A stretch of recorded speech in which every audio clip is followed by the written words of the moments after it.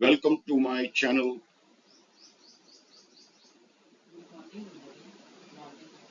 Good morning and welcome to my channel, students. In this video, I am going to discuss the vagaries of abnormal molecular mass as calculated from the colligative properties formula that we have discussed in some other videos.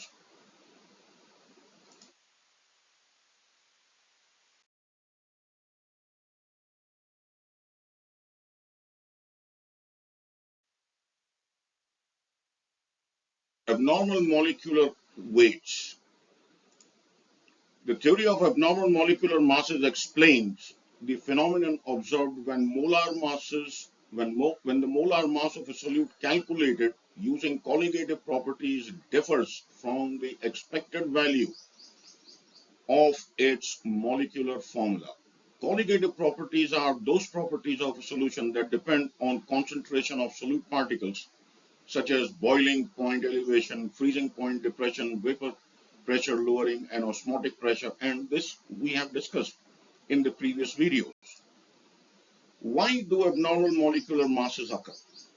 It happens because some of the molecules of solute undergo dissociation or association in solution.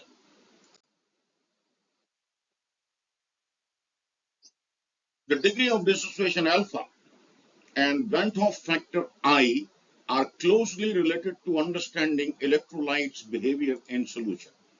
The Van 't Hoff factor I is a theoretical factor that compares number of particles in solution from an electrolyte with the number of particles expected from an electrolyte, a non-electrolyte, or electrolyte at the same concentration. For a strong electrolyte, complete dissociation, I equals the number of ions formed, and that is N. For weak electrolyte, giving partial dissociation, it is the number of particles that reflects the increase in particles due to dissociation. Colligative property to is inversely proportional to molecular mass of solute. If you see the expansion of the formula for del TF or del TB or even for vapor pressure lowering, that is relative lowering of vapor pressure, you will find that colligative property, that these four properties are inversely proportional to molecular mass of solutes. And therefore, some correction needs to happen. Dissociation. When an ionic compound dissolves in water, it separates into its constituent ions. This increases the number of particles in the solution compared to the formula units that were dissolved. And thus, the colligative property also varies from what we expect it to be. For example, sodium chloride NaCl dissociates into Na plus and Cl minus ions in water.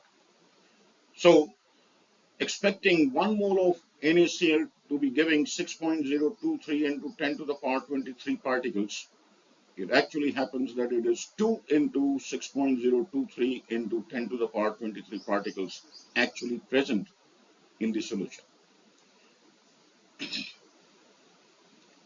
Association, some covalent molecules can associate with each other in solution to form larger aggregates. Now, this reduces the number of particles in solution compared to the number of formula units that were dissolved.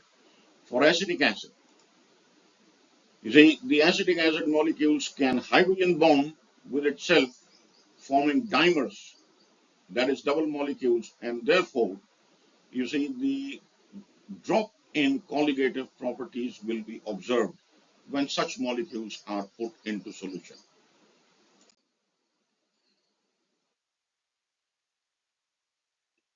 How are abnormal molar masses calculated? The Van 't Hoff factor I is a concept used to account for number of particles a solute generates in solution relative to number of formula units dissolved. The Van't Hoff factor can be determined by measuring a colligative property of the solution and comparing it to the expected value of a non-electrolyte or non-associating solute.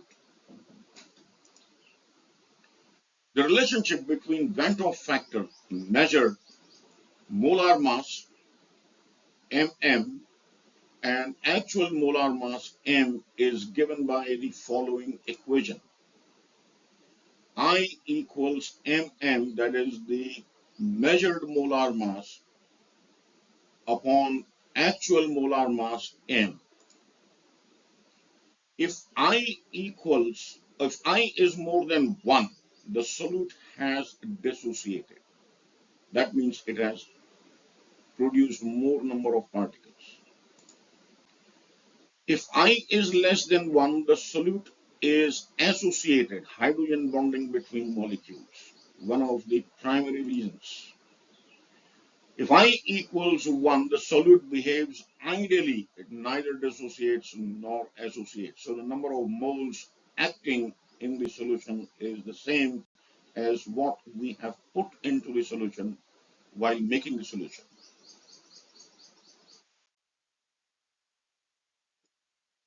Degree of dissociation given by alpha. This represents the fraction of electrolyte molecules that dissociate into ions in solution. So number of particles dissociated divided by total number of particles. A higher alpha indicates more extensive dissociation and more ions in solution.